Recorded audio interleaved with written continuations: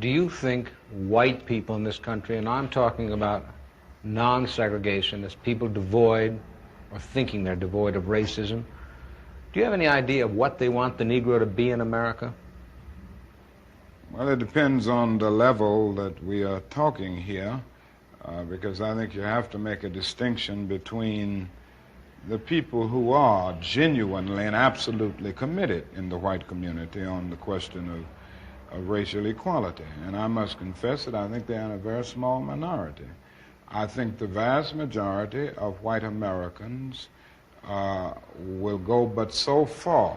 It's a kind of installment plan for equality, and they are always looking for an excuse to go but so far. Why are they looking for the excuse? What is it about the Negro? I mean, every other group that came as an immigrant somehow, not easily, but somehow got around it. Is it just the fact that Negroes are black? That's a part of it, and that grows out of something else. You can't thingify anything without depersonalizing that something. If you use something as a means to an end, at that moment you make it a thing and you depersonalize it.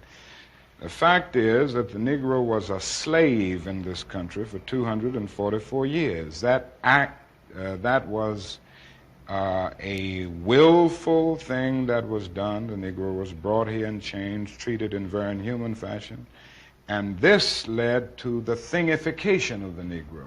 So he was not looked upon as a person. He was not looked upon as a human being with the same status and worth as other human beings.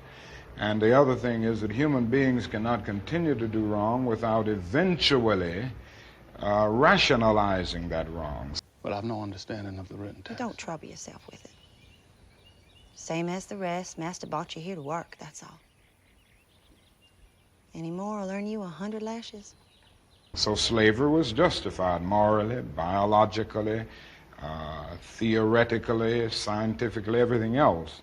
And it seems to me that white America must see that no other ethnic group has been a slave on American soil. That is one thing that other immigrant groups haven't had to face.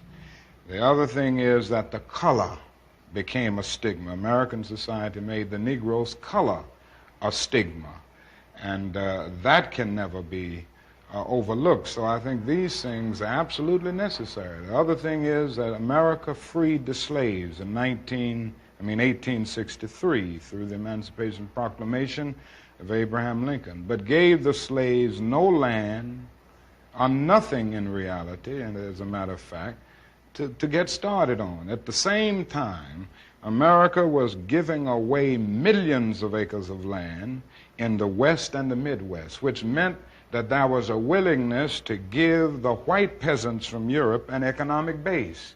And yet it refused to give its black peasants from Africa, who came here involuntarily in chains and had worked free for 244 years, any kind of economic base. And so emancipation for the Negro was really freedom to hunger. It was freedom to the winds and rains of heaven. It was freedom without food to eat or land to cultivate, and therefore it was freedom and famine at the same time.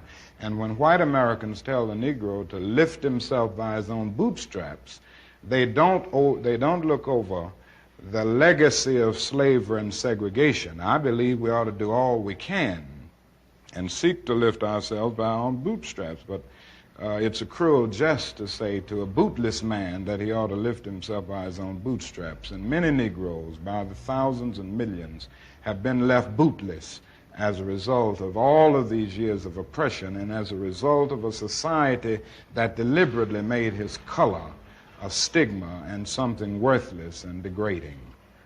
182 for clap. How much can even an average nigga pick a day? 200 pounds. This nigga ain't even average.